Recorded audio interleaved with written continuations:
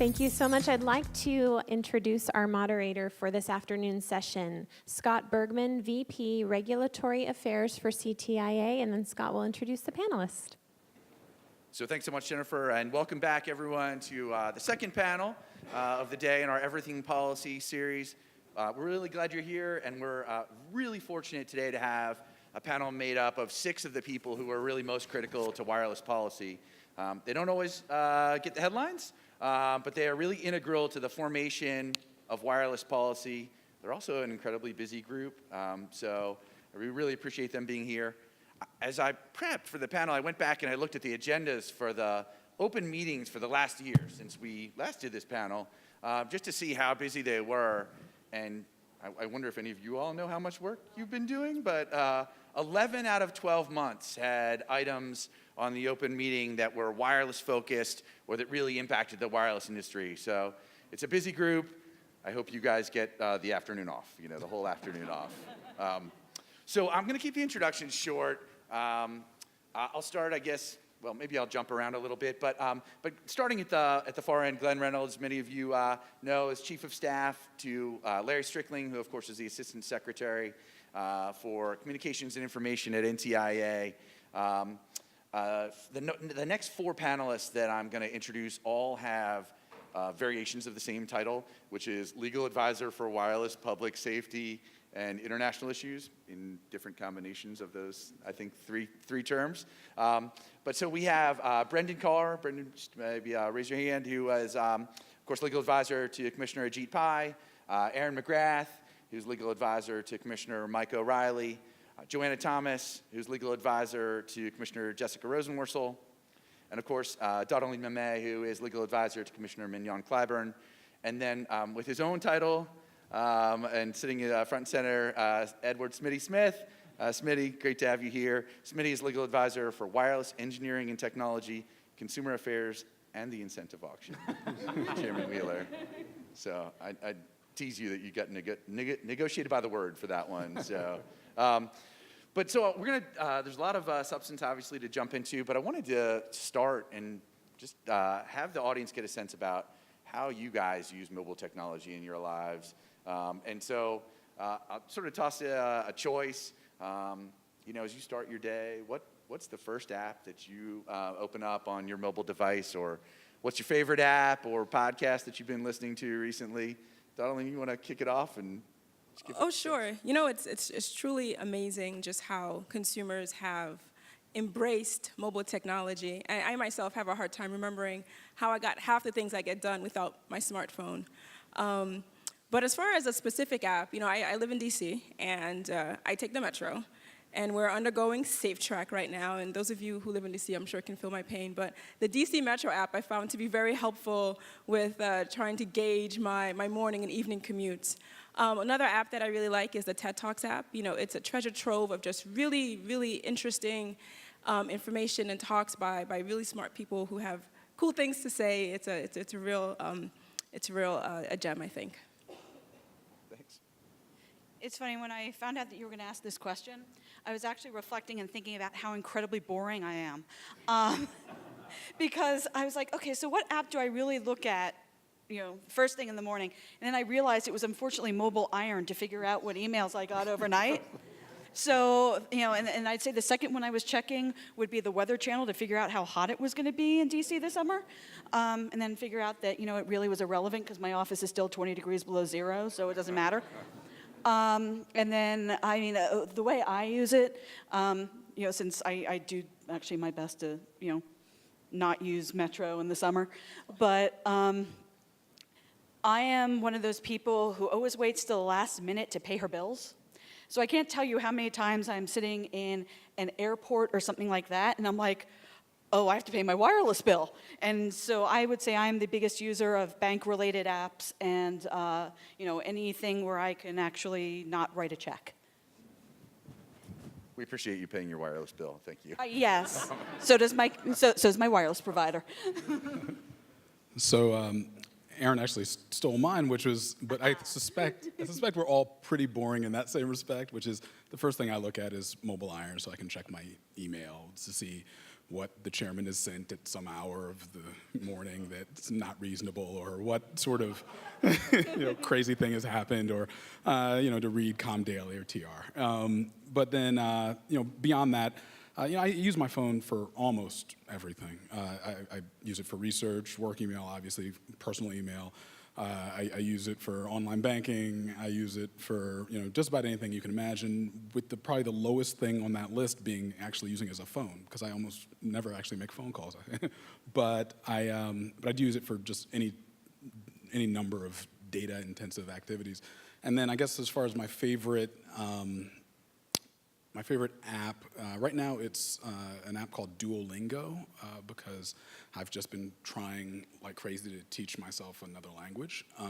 And then podcasts, I'm a big fan of a podcast by a guy named Dan Carlin called Hardcore History, because I'm something of a history fiend. So.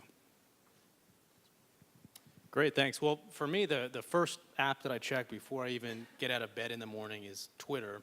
And it's not to send out tweets or to gain general information. It's for a very specific purpose, which is to try to catch up on the tweets that my boss, Commissioner Pai, sends out. Those of you that don't know, he's an incredibly prolific Twitter user, and it takes me a while just to catch up with all the activity that he has on Twitter. So I recommend following him on Twitter. Beyond that, on the way into work, I stop at coffee shop, and I use the specific coffee shop app on my phone to pay for it, and I use it for a lot of stuff. So I think similar to everyone up here, I use my phone for everything. But when I thought about the app that I use the most, it was the weather app, because I tend to work out in the morning. So I just want to see kind of what weather I'm getting myself into before I leave the house. I also do a lot of mobile banking. I have the latest iPhone. I guess it's not so latest now, but because of it, I downloaded all these mobile banking type apps for your coffee. I'm a big tea drinker, so I use a lot of online banking, and I'm surprised no one said well, you said Twitter, but I'll say Facebook. I also use it. I'll scroll through Facebook and Instagram too, because I'm a millennial, not quite, so I'll embrace it for all the, I guess they'd Snapchat, but social media in general. As anybody that knows Larry would be confident, I don't have to worry about checking Twitter to see whether he's done anything on Twitter. Most of the apps that I use are focused on trying to keep track of my kids. Being I think probably the old guy in this group, figuring out where they're supposed to be, where they are, whether they've done their homework. And then I would add to that, I rely on Waze to get me to wherever they are supposed to be through the DC traffic. That's great. I mean, I think I heard a stat, 12 apps on average used earlier today, but some great ones, social media, weather. I'll put the category of news gathering / checking on your boss. A lot of good themes there. So, well, thank you guys for giving that insight into how you guys start your day with your mobile device. All right, so now, looking ahead, I mentioned 11 of 12 FCC open meetings focused on wireless. Let's look ahead and see what might be coming next. And Smitty, I'll start with you. Your boss has said he wants to sprint to the finish line. Can you give us some insight into what you think might be coming and important to the wireless industry over the next couple months? Absolutely. Well, one thing that's, I think, very important to the wireless industry that you should expect to see, though it's not something that sits in many of our portfolios, is actually some action on BDS, so special access. That is part of the chairman's sort of favorite tripartite imagery, the three-part stool of spectrum and infrastructure slash siting and then access to broadband data services, or business data services rather. But then beyond that, sort of firmly in our portfolios, we've gotten a lot done over the course of the last few years, and not everything that are top of the list for us are things that are going to be on meetings. We have, I think, a lot of work that you're going to see that we're going to be doing going forward on actual implementation on Spectrum Frontiers and working towards sort of the next stages in Spectrum Frontiers. We're coming up shortly at the end of this week on the end of the comment period for the FNPRM, and then, sorry, did I say this week, this month? Sorry, and then, later in October, we'll see the reply comment period for the FNPRM. So we're looking forward to a lot of the input that many of you all out there will be providing us in answering some of the questions that we teed up with respect to additional bans, with respect to sharing rubric in 37, and so, some in spectrum holdings. So, that's going to be, something that's going to tie up a lot of our time. Also looking to really, move quickly to actually, start moving forward with the bands where we have existing incumbents. So I think that, the front edge there is going to be in 28 gigahertz and 39 gigahertz. But, we're seeing a lot of people who are looking at 5G applications and other bands.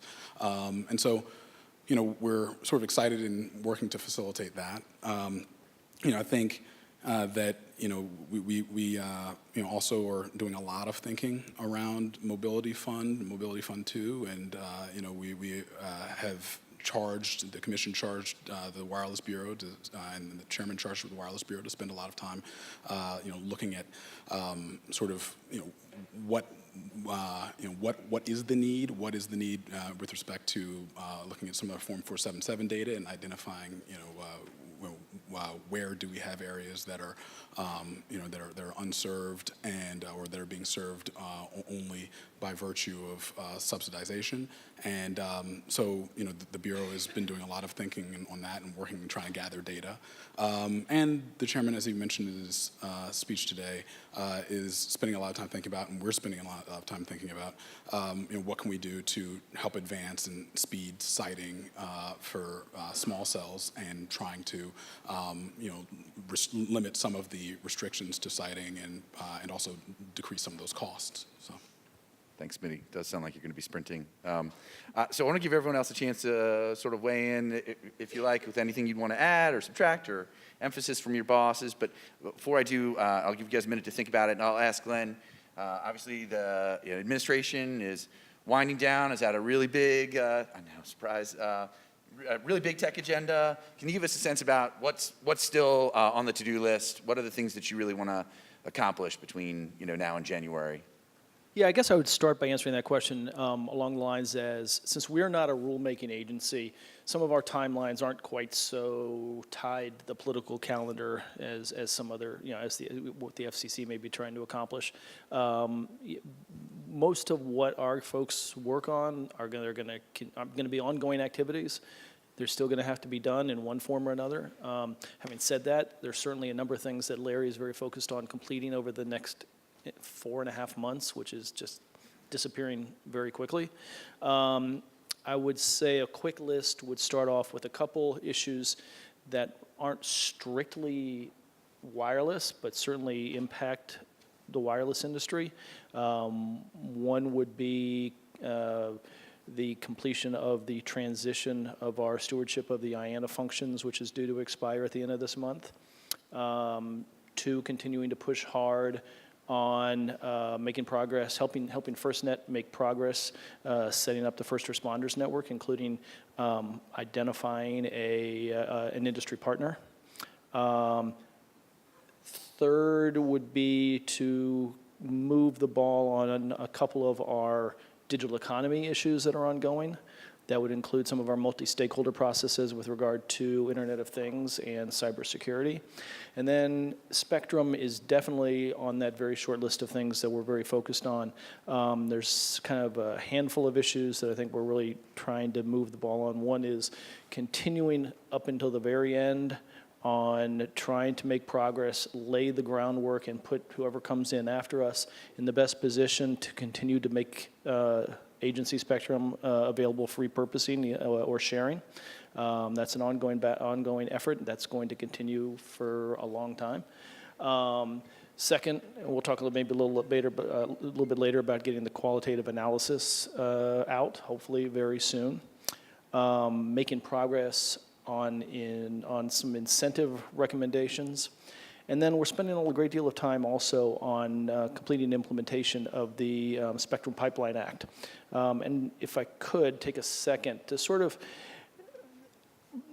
focus in on the Spectrum Pipeline Act issues, because last year when we were here, we were talking about what's some of the most important things that could be accomplished in DC as far as making spectrum available for repurposing.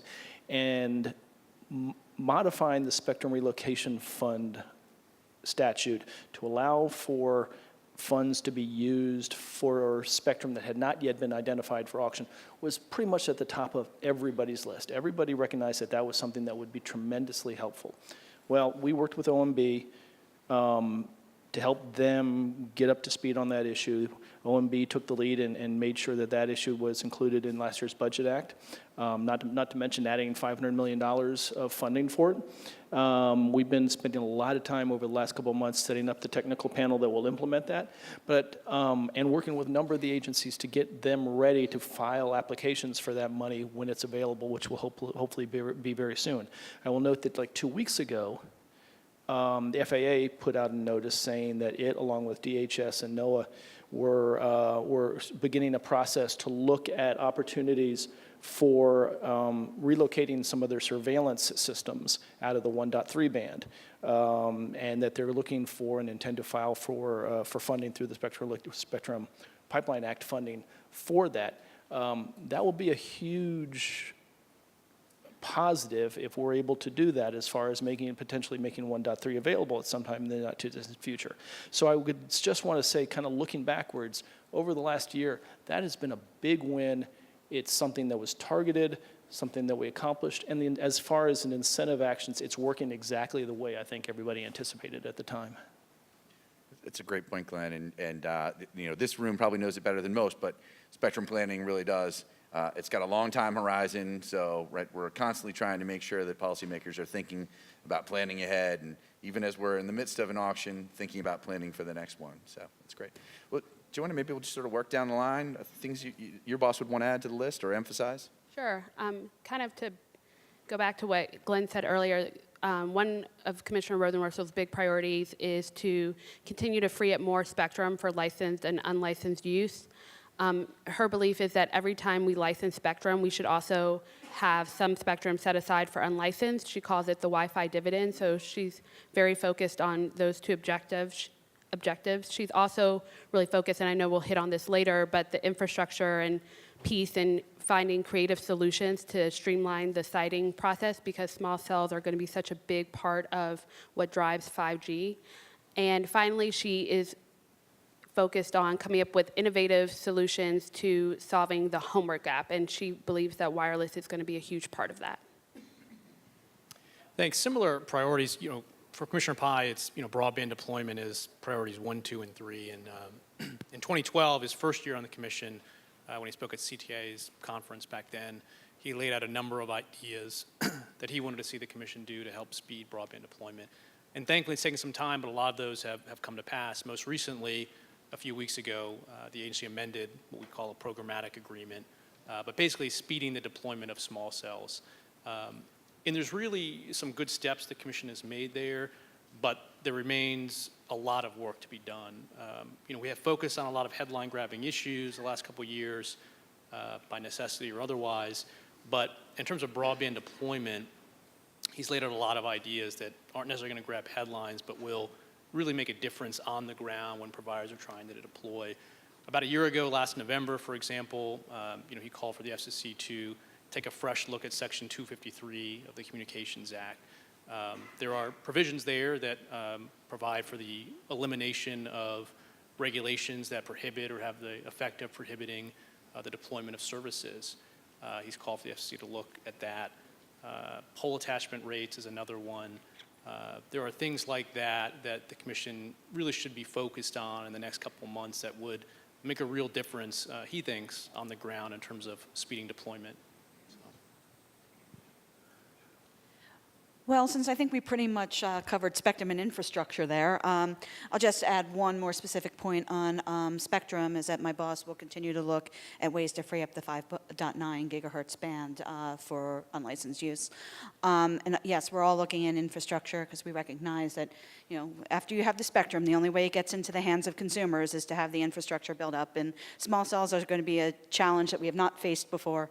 And although the Commission has done a lot of work on reducing the regulations regarding historic siting or siting in historic areas, you know, the problems that I hear are based more on localities and permitting processes and getting access to rights of way. So things like that are things that we're going to have to continue to look at. To pull out something else, I mean, obviously, most people in this room know that my boss has a blog and tends to write a lot of blogs. So, you know, one of the contributions he thinks he can make is by working on the issues on the fringes from the big ticket items that Smitty mostly outlined. But one of the things that he's really looking at is to improve on the team telecom process. He's been very active in that since the beginning, and we find that to be, you know, one thing that needs to be improved. Thanks. Commissioner Clyburn is laser focused on the issues that affect consumers, especially broadband deployment and adoption. She wants to make sure that all Americans, rural, urban, have access to affordable and competitive communication services. So the Mobility Fund is chief among her priorities, and she would really like to see some traction there in the coming months. And now for a plug. As many of you know, Commissioner Clyburn announced in April a Connecting Communities tour. She's been traveling throughout our great land, meeting with entrepreneurs, with consumers, with investors, with disruptors, to talk about the challenges that the industry faces when it comes to delivering affordable and competitive broadband, mobile broadband, fixed broadband to all consumers. And next month, on October 19th at Georgetown University Law Center, she's hosting a solutions-based panel to really dive deep into these issues and find solutions to the problems that we're having. That's great. Thank you all. So Smitty, I'll turn back to you to talk a little bit about the Spectrum Frontiers order, which you mentioned, and you know, this was an order that certainly had, I think, for a lot of the core elements, you know, unanimous support, a lot of support at the Commission for that. And I wonder if you can talk a little bit about what are some of the elements that you think were really sort of key to that, and that you all are most pleased about. So, you know, I'm very happy with how things worked out with the Spectrum Frontiers, RNO, and FNPRM, and I'm certainly happy that it was a 5-0 vote. And, you know, I wish I could take credit for it, but the fact of the matter is there was just a lot of really good stuff in there. And it was something that I think sort of, you know, touched what all of our offices are interested in. I mean, we made a tremendous amount of licensed spectrum available, 3.85 gigahertz of licensed spectrum available. I mean, that's multiple times more than the Commission has made for mobile broadband, made available for mobile broadband pretty much in its entire history, if you add it all up.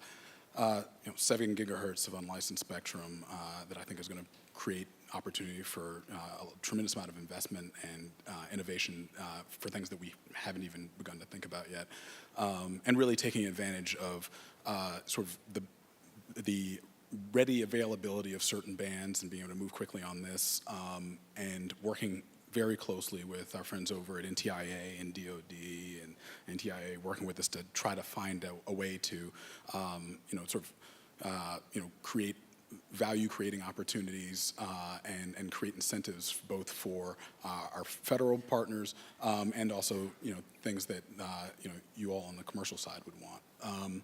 So I think, you know, what was particularly good about the Spectrum Frontiers, you know, RNO and FNPRM and this whole proceeding thus far is that we've found a way to bring together a lot of compromises that served a lot of different interests. And we're going to have to continue doing that. You know, going forward, industry and our federal partners are going to have to continue working together on trying to figure out, you know, good, effective sharing models, you know, especially with some of these bands that we've teed up in the FNPRM. And, you know, providing us with the feedback that we're going to need in order to structure things. I think that we went from what appeared to be sort of a zero-sum solution with satellite on one side and terrestrial on the other, to an outcome that really served the interests of both satellite and terrestrial. And each side was able to come away feeling that they were in a good, strong position with for further growth and further development.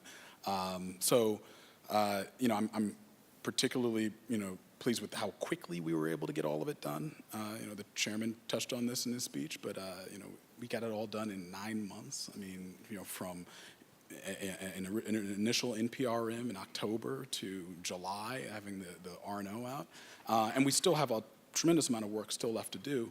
And it's not enough. We can't stop there. Clearly, rules are great, but we don't rest on those laurels. So we've got a lot more left to do that we started talking about, and the citing issue is a big piece of that. But I think that all of our offices saw wins in this for consumers, and I think that that allowed us to come together on these issues generally.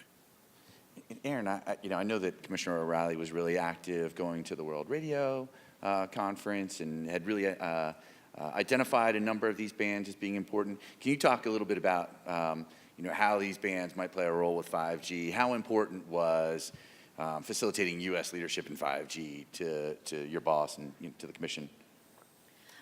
Well, I would say that the work was a very eye-opening experience. And I'm going to talk about this while looking at Paige sitting in the front row. I never think of wireless really as newcomers anymore.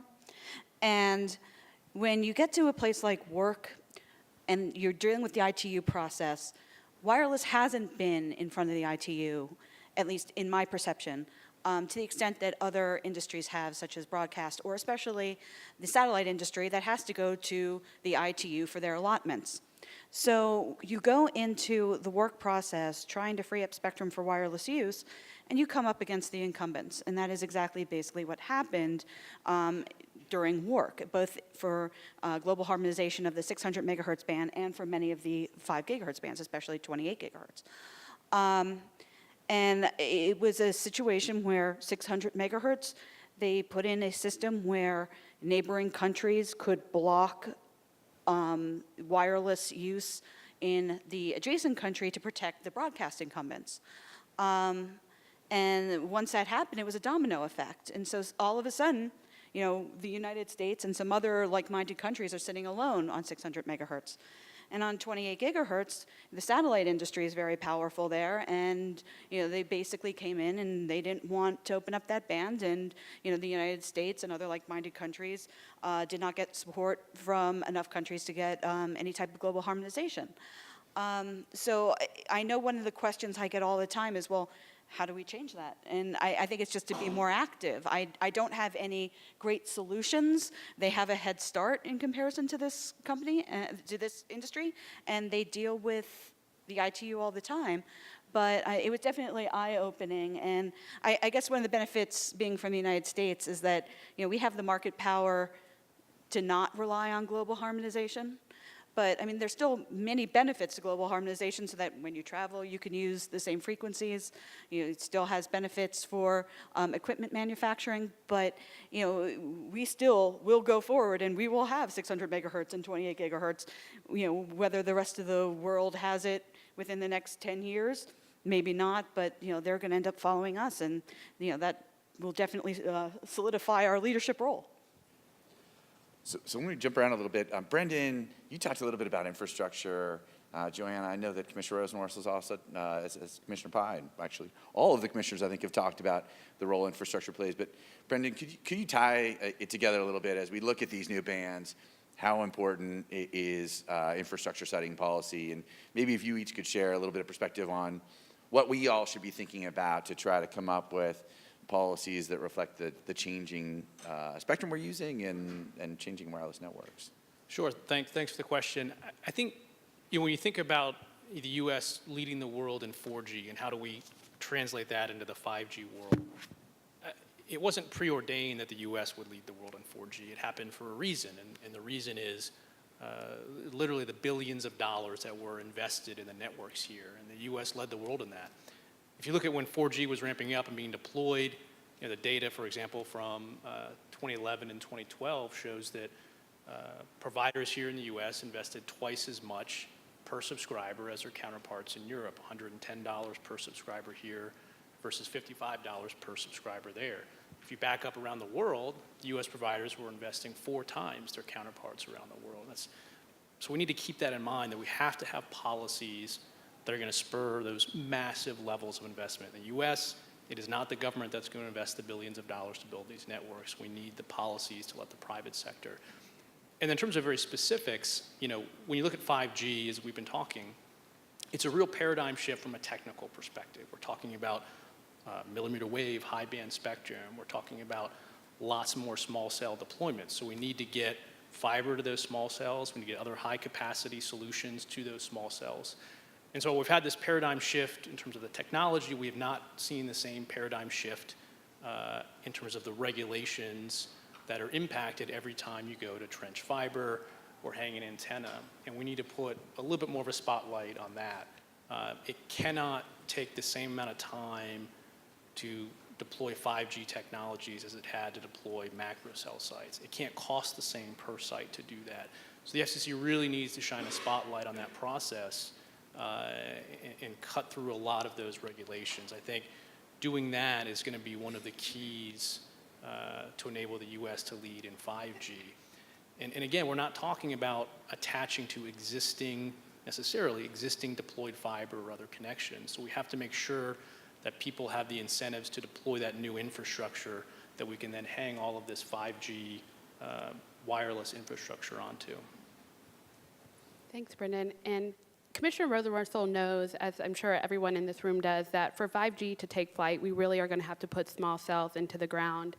And a couple of creative solutions that she's come up with to do so is to, one, build on the Smart Cities initiative that was announced last year and really reward those cities that streamline the siting process and make it easier for companies to put small cells into the various locations where they need to go. Another thing that she's been a huge advocate for is looking at the in-building equation and creating the LEED certification, a LEED certification type recognition for those companies that have broadband and wireless infrastructure built in. And she thinks these two solutions, combined with the dig once policy, as well as continuing to streamline the historical and environmental rules, will go very far, will go a long way in helping us get, 5G the networks up and ready so that the U.S. can continue to lead in this space. One other point that to make is that she's also been a big advocate for expanding the experimental licensing program that the FCC has in place. She's advocated for us to create innovation zones that will help and build on kind of the experimental licenses that are currently being done by the carriers here and future tests that I know that they will conduct, so that we can get ready to auction this spectrum and get the networks deployed. That's great. Thank you both. Glenn, maybe I'll turn back to you a little bit as we talked about Spectrum Frontiers. A part of the spectrum in the 37 gigahertz band is going to be made available on a shared basis with government users. Can you talk to us a little bit about what's the role that NTIA plays in that process? Have you all thought about what makes successful sharing from your perspective? How do we make that productive for both government and commercial licensees? Yeah, I think that certainly we were very actively involved with the FCC in trying to help find some common ground between the FCC and the agencies on how to find a win-win there on particularly in the 37 gigahertz area on sharing. And I think the FCC took a great approach there by sort of putting something out there. It's a little bit new, a little bit experimental, and we're just going to have to kind of see how it works. I don't think we all really thought through the details of this, because the whole point of this was, let's get this thing moving. Let's figure out how we're going to share this going forward. So that's actually one of the things I think we really need to be engaging with now now that the commission has, and kudos to the commission, going back to what Smitty said, Spectrum Frontiers got done in what, is by any stretch, regulatory, light speed. And, it goes back beyond just sort of when they issued the NPRM. I think you look at it and say, well, these bans weren't even really talked about more than a couple years ago. And all of a sudden it's gone from something that wasn't even really seriously given consideration as an important ban to something that's now out there. I think it's remarkable. We were fortunate with regard to some of the bans that were under consideration in the order that there weren't a whole lot of government systems in those bans. As we talk about the next, the bans that are teed up in the further notice, we have some more issues we're going to have to deal with, and that's something we're going to have to work sort of simultaneously with the sharing concepts in the 37 gigahertz part of the band. Great, thank you. So Donaldine, maybe I'll ask you a little bit of a catch-all, but covered a number of different aspects of 5G. I'm wondering, as Commissioner Clyburn, looks at 5G and what it might mean as she visits different communities, are there other things that the Commission can or should be doing to promote 5G that we should be thinking about? Well, I think continuing on the path that we are is a good idea. One is to get more spectrum out to carriers and to innovators. And we're doing that with Spectrum Frontiers, 3.5, the incentive auction, AWS3, and more to come in the further notice to the Spectrum Frontiers NPRM.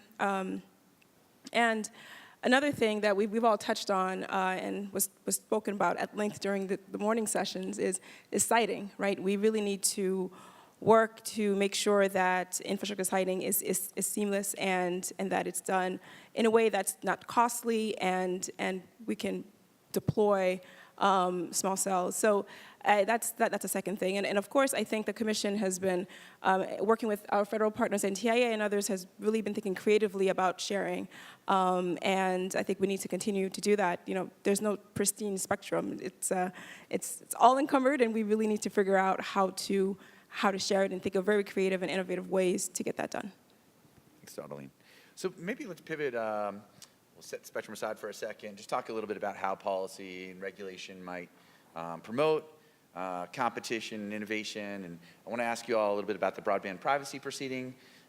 Knowing that none of you all are exactly on point on that, it nevertheless has a lot of significance to mobile providers as we think about trying to make new offerings available. And one of the things that has kind of become a theme in the record is harmonization across the ecosystem of privacy policies. And I want to maybe, Smitty, I'll start with you. How important is harmonization across the internet ecosystem? Is it a goal worth pursuing? Or is it something that the Commission is working towards?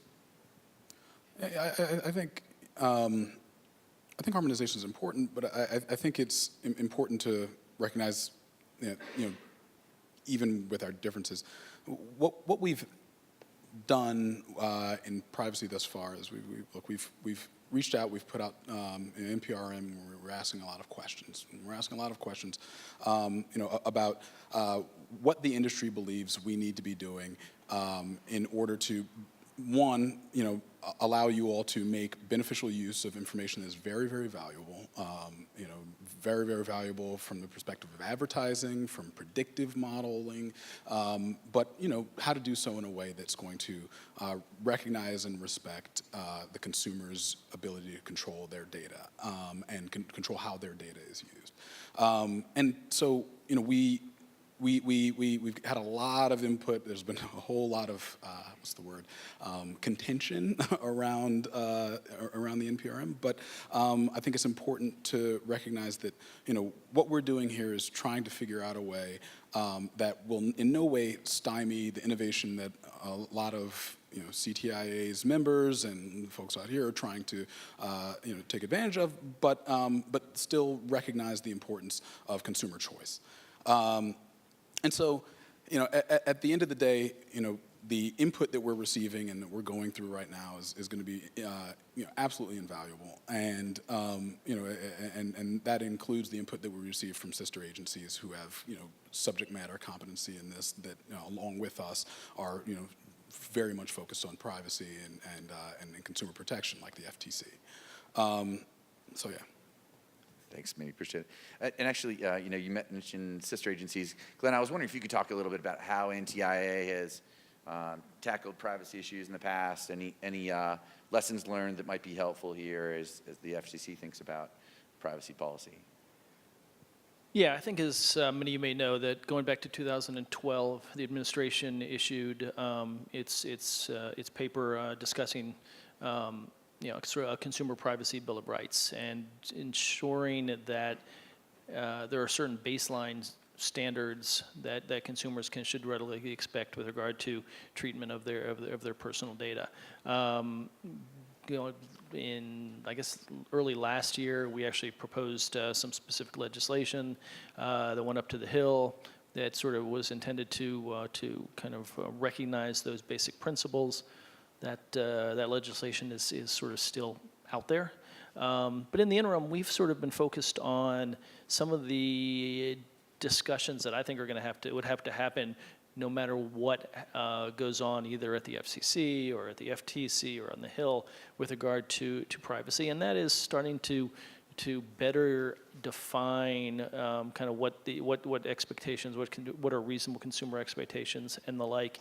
And we've been focused on doing that through some of our multi-stakeholder processes, which, the goal, I think, of our multi-stakeholder process is sort of operate under the assumption that there's a win-win out there. Are there ways to create market incentives to adopt basic principles in the absence of specific obligations, and often that can be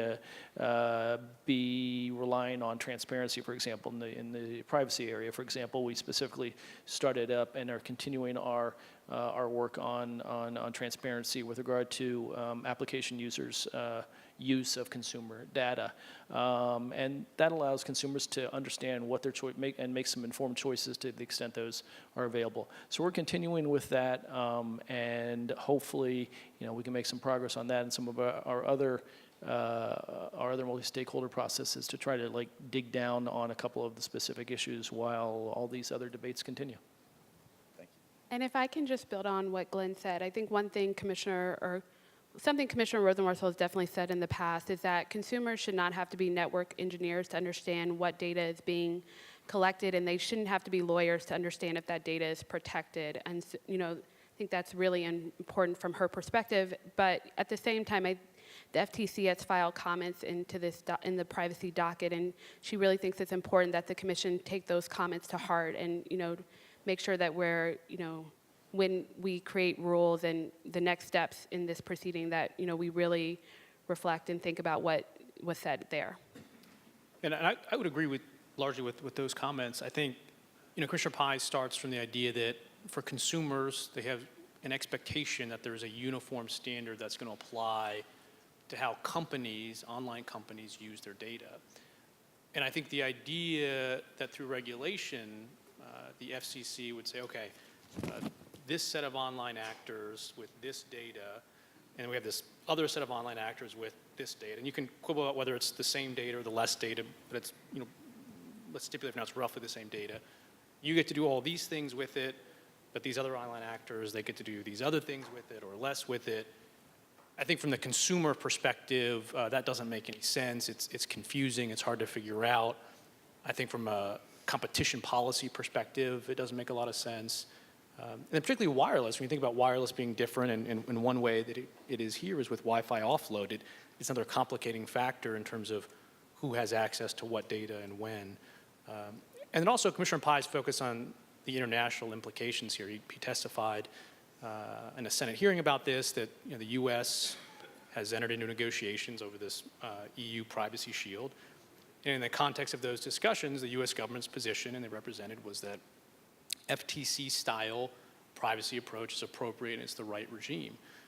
And so I think as the FCC goes forward, we have to be careful that we don't undermine that position or get at cross purposes with that by saying it may not be the appropriate or isn't the appropriate or best approach here. Commissioner O'Reilly comes at it in an approach fairly similar to what Brendan was just discussing, but he starts from the central point that he doesn't even think we have statutory authority to act here, but to the extent that we do something, what we enact should be fairly similar to what the FTC has already done, which has proved to be very successful. As Brendan raised, consumers want their social security number protected. They're not thinking about whether or not they're giving it to an edge provider or an ISP. So from the get-go, we should try to regulate everybody more or less the same.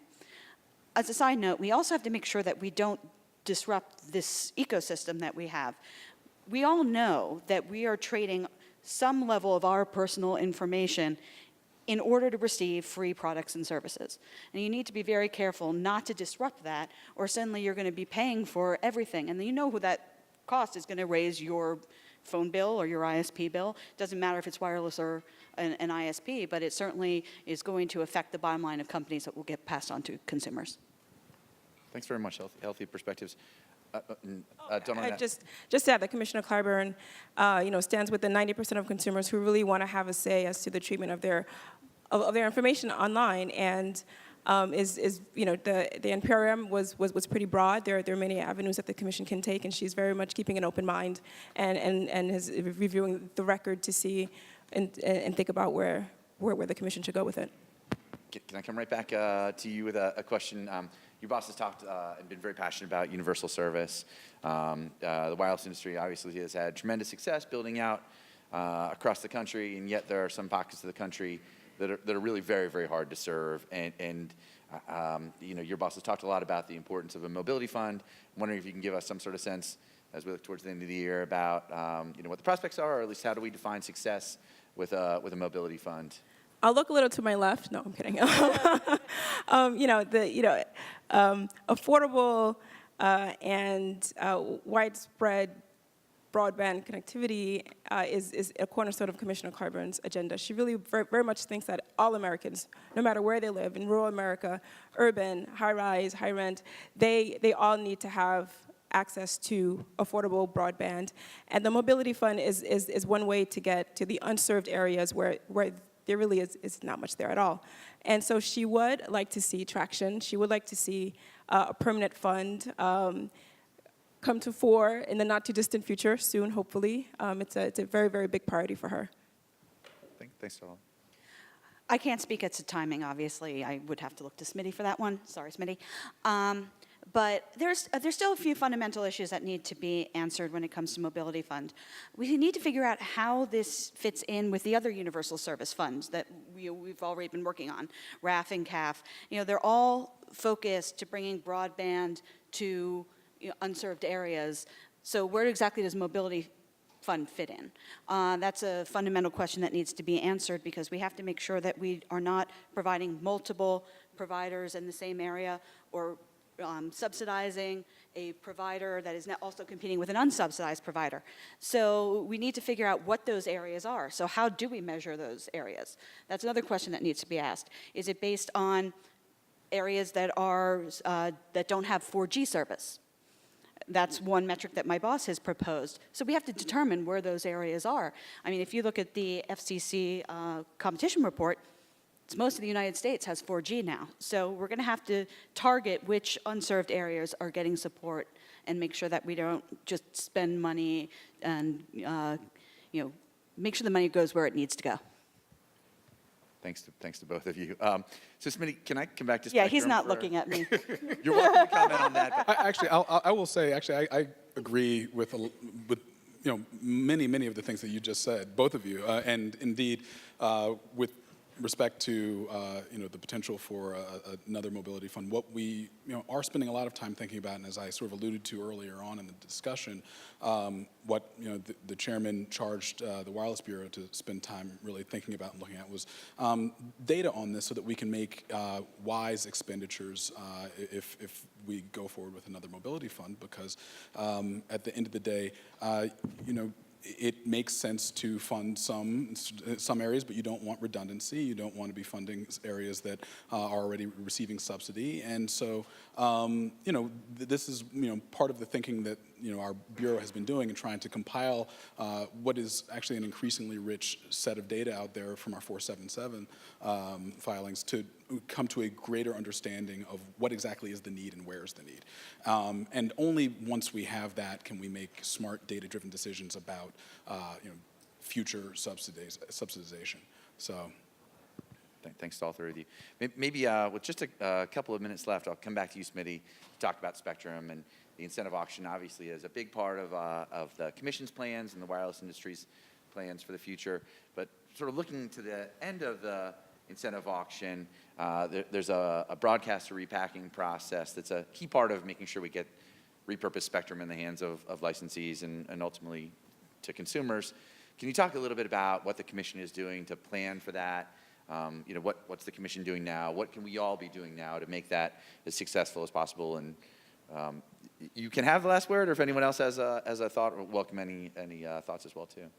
Well, you went back to something near and dear to my heart because that's sort of one of the things I spent most of my time at the Commission doing. So I had the good fortune of starting at the ground floor on the incentive auction, and I'm excited to see where we are right now and to see the type of extremely active participation that we've got and the tremendous amount of spectrum, and so it's but as you put it, the most important piece from the wireless carrier's perspective is okay, once it's all over, wherever we end up, how can we get this and make sure we get this in a timely manner? And